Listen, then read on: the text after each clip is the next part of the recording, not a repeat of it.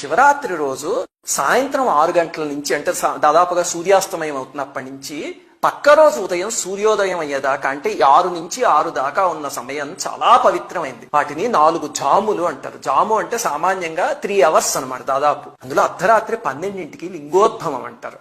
ఆ సమయం పరమ పవిత్రమైనది. అందుకని మీకు కుదిరితే లింగోద్భవం దాకా లేచుండి ఆ సమయానికి అభిషేకం చేయడానికి ప్రయత్నించండి. కొంచెం అభిషేకం చేసిన 5 నిమిషాలు చేసినా సరే అపారమైన ఫలితం. అలాగే ఎన్నిసార్లు చేయాలండి అభిషేకము అంటే సామాన్యంగా ఏకాదశ రుద్రులు అంటారు పరమేశ్వరుడు యొక్క 11 స్వరూపాలు. అందుకని 11 సార్లు అభిషేకం చేస్తారు. ప్రతి జాము మొదలయ్యేటప్పుడు చేయడం మొదలు పెడితే అంటే 6 గంటలకు కొన్నిసార్లు, 9ంటికి కొన్నిసార్లు, 12 గంటలకు కొన్నిసార్లు అలాగా మీకు ఒక 11 సార్లు చేసేయడం పెద్ద కష్టమేం కాదు. 11 సార్లు చేయడం కుదరలేదు అనుకోండి 5 సార్లు చేయండి. పరమేశ్వరుడు పంచముఖుడు కదా. అది కుదరకపోతే 3 సార్లు లేకపోతే భక్తితో ఒక్కసారి చేసినా చాలు. ఇక్కడి నుంచి చేయగలిగితే తప్పకుండా పలుకుతాయి. గుర్తుపెట్టుకోండి శివరాత్రి